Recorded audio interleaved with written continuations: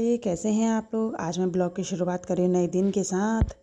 आज मैं ब्लॉग की शुरुआत कर रही हूँ दिन से, क्योंकि आज मेरी दीदी आने वाली थी और मेरी बेटी भी गई थी ताई जी के घर, मेरी दीदी के घर। तो दीदी कह रही थी मैं आने वाली हूँ और आप लोग खाना बना के रखना करके। मैंने कहा क्या बनाऊँ, तो मेरी दीदी को झोली बहुत पसंद है, मुझे भी झोली बहुत पसंद है। तो मेरी दीदी ने बोला झोली भात बना के रखना। फिर मेरे क्यारी में थोड़े से हो रहे थे हरे पत्ते, मैं थोड़ा सा हरे पत्ते लेके आ गई। थोड़ा घर में बड़ी थी वो मैंने भिगा ली थी। मैंने सोचा आज क्यों ना मैं इसकी झोली बनाती हूँ। और बंगाली मिर्च भी मेरी क्यारी में हो रही थी, और 2 से 4 मिर्च काटो तो काफ़ी लग जाती है। इतना सारा दही है, मैं सब डालूँगी। दही की झोली गाइस कभी भी देखना बहुत ज़्यादा टेस्टी होती है। मट्ठा की झोली उतनी टेस्टी नहीं होती, दही की झोली बहुत अच्छी होती है। दही की झोली बहुत पसंद है, और मतलब ज़्यादा दही डालो ना तो बहुत ही ज़्यादा अच्छी होती है। मट्ठा की झोली में इतना स्वाद नहीं आता है। कभी भी आप ट्राई करके देखना। मैं तो जब भी घी झोली बनाती हूँ तो घी में बनाती हूँ। घी झोली बनाओ और ऊपर से कस्तूरी मेथी का छौंका लगाओ, बहुत ही ज़्यादा टेस्टी होती है।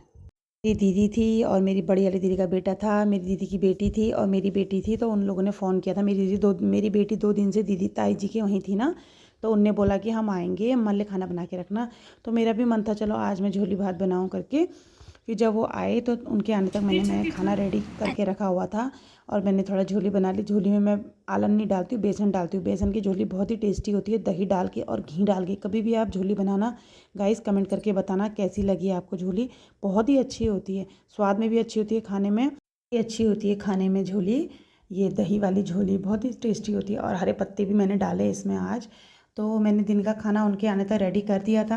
एक चूल्हे में मैंने चला दी थी झोली, और एक चूल्हे में मैंने चढ़ा दी थी टमाटर की चटनी। टमाटर भी लाई थी मैं मंडी मार्केट से, तो उनको पका के उसमें जीरे का छड़का मार के और हरी मिर्च डाल के ना, अगर आप वो चटनी बनाओ तो बहुत ज़्यादा टेस्टी होती है। कभी आप बनाना टमाटर की चटनी और वो झोली भात एक साथ खाना, बहुत ज़्यादा अच्छा होता है। और जैसे टमाटर की चटनी अगर आप पका के बनाना चाहो ना, उसके साथ अगर सब्जी ना भी हो तो चल जाता है, उसके साथ ही कितना भात खाया जाता है। मुझे तो ये बहुत ही अच्छा लगता है, मेरी बेटी को भी ऐसा बहुत पसंद है। ये देखो मैंने इसमें बनाई है टमाटर की चटनी पीस के, जो मुझे बहुत ही ज़्यादा पसंद है, बहुत ही टेस्टी लगती है मुझे। और इधर मैंने चढ़ाई है झोली, और इधर मैंने चढ़ाई है टमाटर की चटनी। बहुत ही पसंद है भात के साथ, खट्टी खट्टी सी, इतनी टेस्टी लगती है भात के साथ, इसलिए मैंने बनाई थी भात के साथ।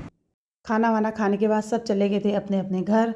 तो मेरी बेटी भी आ गई थी नानी के यहाँ रंगोली बनाने के लिए, क्योंकि मामी ने उससे बोला था कि हमारे यहाँ रंगोली बना देना, क्योंकि इस बार तो हमारी दिवाली है नहीं। तो मैंने कहा, बोल रही थी मम्मी, मामी कह रही थी कि हमारे यहाँ रंगोली बना देना करके। तो वो चली गई थी मामी के यहाँ रंगोली बनाने के लिए। उसने स्टार्टिंग करी है रंगोली की, आधी अधूरी रंगोली है, जब कंप्लीट हो जाएगी तब मैं आपको दिखाऊंगी। मैं देखने आई थी, मैंने कहा कितनी बना दी इसने रंगोली करके। तो बच्चे भी उसका सपोर्ट कर रहे हैं, मेरे भाई के बच्चे भी उसका साथ दे रहे हैं। जो कुछ सामान मंगा रही है वो, तो बच्चे भी लेके आ रहे हैं।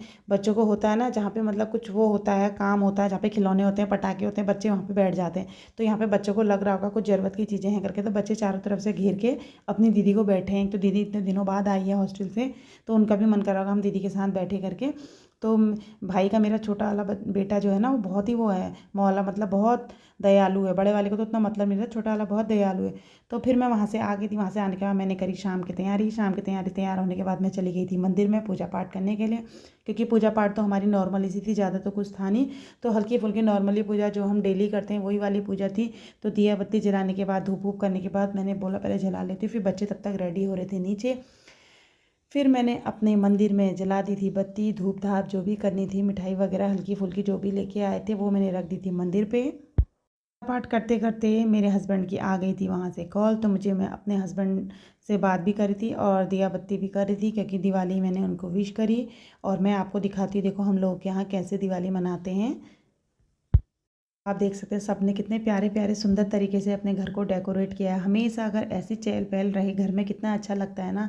घर में भी ऐसी चहल पहल रहे, लाइफ में भी ऐसी चहल पहल रहे, तो कितना अच्छा लगता है। ये देखो सबने कितने सुंदर सुंदर तरीके से अपनी माला लगाई है अपने छतों में। हर साल की तरह हमारे घर में भी रहती है माला, लेकिन इस बार हमने भी नहीं लगाई। अगले साल हम भी दिवाली मनाएंगे। देख सकते हैं कितना प्यारा प्यारा सुंदर तरीके से बनाया है। तो फिर कोई आ गया था तो मैं नीचे आ गई थी, क्योंकि प्रसाद देने, सबको पता है इस बार हमारी दिवाली नहीं है, तो कभी कोई आ जा रहा है, कभी कोई आ जा रहा था। तो मैं छत पे ही थी, तो थोड़ा हल्की फुल्की पूजा पाठ जो भी थी वो मैंने कर ली थी। और दीदी आ गई थी पड़ोस में, क्योंकि उनको पता था मेरी बेटी आई। ये देखो गाइस, हम लोग छत में आ गए। तो छत में हम लोग का ऐसा व्यू है, यहाँ चारों तरफ इतना चहल पहल हो रही है मकानों में, ये आप देख सकते हैं। ये देखो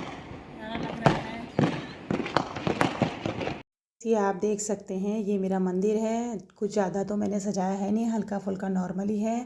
और ये है मेरी प्रिंसेस, मेरी लाडो। ये देखो मेरी लाडो कितनी बड़ी हो गई, हाइट में मेरे से भी ज़्यादा लंबी हो गई है। हमारी फैमिली में सबसे ज़्यादा हाइट मेरी और मेरी बेटी की है। बेटा तो अपने पापा में गया है, थोड़ा ठीक ठाक ही है। फिर मैं थोड़ा बहुत ज़्यादा ही लंबी हूँ, तो मेरी बेटी मेरे में ही गई है। तो ये है मेरा मंदिर, प्यारा सा आप देख सकते हैं, क्योंकि मुझे मंदिर को डेकोरेट करना बहुत अच्छा लगता है। मंदिर में पूजा पाठ करते करते आ गए थे बगल की आंटी और दीदी लोग, पड़ोसी लोग आ गए थे मुझे बधाई देने के लिए दिवाली की। और उनको पता है हमारे यहाँ त्यौहार नहीं होता है, तो हमारे यहाँ त्यौहार आ गए थे। ये आंटी देखो कितनी प्यारी, हमेशा हर त्यौहार में, हर फेस्टिवल में, मतलब हमेशा उनको पता है मैं यहाँ पे उनकी बेटी की तरह हूँ, तो हमेशा मुझे हर त्यौहार देने आती है। ये दीदी भी आ गई थी, देखो ये हमारी दीदी तो कितनी स्मार्ट है, आप देख सकते हैं, देखो कितनी सुंदर है हमारी दीदी। और आंटी भी मुझे त्यौहार देने आई थी, उनको पता था इस बार हमारा त्यौहार नहीं होता है करके। खैर त्यौहार तो वो हर बार ही देते हैं हमें, लेकिन इस बार नहीं होता है करके, तो इस बार भी दिया उन्होंने। और ये तो मेरे दोनों बच्चा मुझसे मिलने आए हैं। ये है मेरी बाबू, ये है मेरी गुन्नू। देखो दोनों कितनी सुंदर लग रही है। वो बच्चे कितने सुंदर लग रहे हैं, बुआ से मिलने आए हैं। और ये आगे हमारी पड़ोस की ममता दीदी, सारे पड़ोसी एक एक करके आ रहे हैं, तो कितना अच्छा लगता है। और साल मैं चले जाती थी उनको बधाई देने के लिए, इस बार उनको पता है इसका आने जैसा नहीं है, तो सब लोग आ गए थे। फिर ममता दीदी के साथ मैंने थोड़ा फ़ोटो शूट करी। और ममता दीदी फिर मेरी बेटी से मिलने लगी, पूछने लगी बेटा तुम्हारी पढ़ाई कैसे चल रही है। बहुत अच्छी हैं पड़ोस में मतलब यहाँ पे सब लोग अच्छे हैं, बहुत सपोर्ट करते हैं एक दूसरे का। तो फिर सब लोग के मिलने के आने, मैंने कपड़े चेंज कर दिए थे, तो आ गई थी हमारी दोस्त की मम्मा आ गई थी मिलने के लिए, क्योंकि मैंने पहले साड़ी पहनी हुई थी ना, फिर मैंने चेंज कर दिया था। मैंने सोचा फिर खाना वाना बनाने की तैयारी के चेंज कर दिया। दोस्त की मम्मा भी आ गई थी फिर बधाई देने। ये देखो दोस्त की मम्मा भी मेरे को प्रसाद देने के लिए आ गई थी। फिर मैंने दोस्त की मम्मा को भी बधाई दी, सभी लोग घर में आ गए थे। दिवाली तो होता ही ऐसा है ना, सबको मतलब मिला के रख देता है, बड़ा अच्छा लगता है फेस्टिवल अगर आए तो। हम लोगों के फेस्टिवल ही ऐसे होते हैं, मतलब सब एक दूसरे को मतलब प्यार करते हैं, मोहब्बत से सब एक दूसरे से मिलने जाते हैं। बहुत ही अच्छा, दिवाली है ही इतना अच्छा त्यौहार। पड़ोस के भैया और भाभी जी ये भी हमसे मिलने आ गए थे, भैया भी बधाई देने आ गए थे दोनों जने। फिर इन्होंने ठंडा ठंडा पिया, बहुत अच्छा लगा, सब लोग घर पे आए थे। ये था मेरा छोटा सा ब्लॉग।